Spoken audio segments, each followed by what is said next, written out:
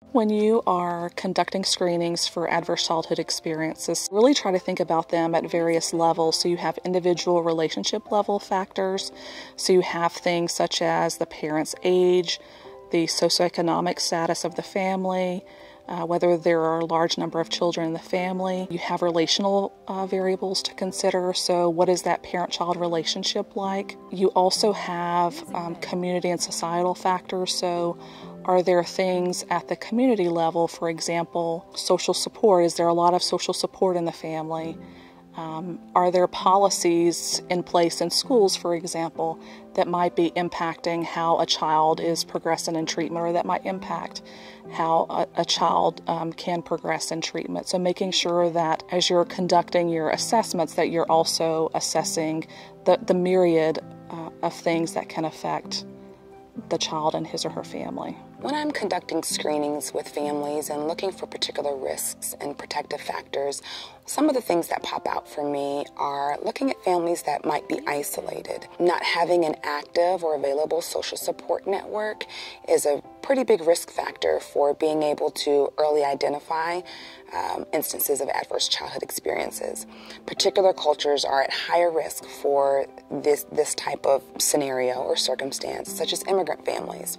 Immigrant families whose primary social support may be across the waters. And so when I'm conducting intakes and find out that a family is isolated in that way, that's something that I'm going to want to address as we move forward. Another risk factor is, again, previous experiences with adverse childhood experiences. So parents who report intergenerational abuse, parents who report intergenerational substance use, or unaddressed mental illness is a risk factor.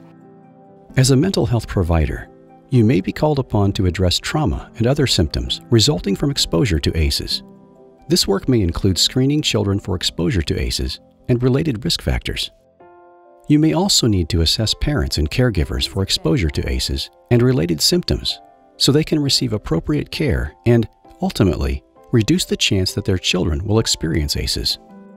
Taking a dual generational approach to screening for risk and protective factors, for me, means just having interviews with both the parent and the child, sometimes separately. In the intake process, having an interview with a parent where they feel comfortable discussing the experiences that they've had in their childhood is important in letting them know that their experience is just as valuable as the one that their child is experiencing.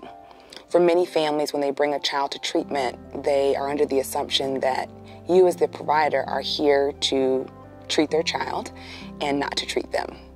And so it's important in those initial visits to communicate the understanding that their child's behavior and their child's symptoms or their child's experiences are a direct reflection of the things that happen not just currently in the home, but perhaps the modeling that has been occurring in the home as a result of experiences that the parent has had. It's important to decrease a parent's defensiveness around disclosing their own childhood experiences by inviting them to have a conversation about those things and encouraging them to seek help for the things that haven't been addressed.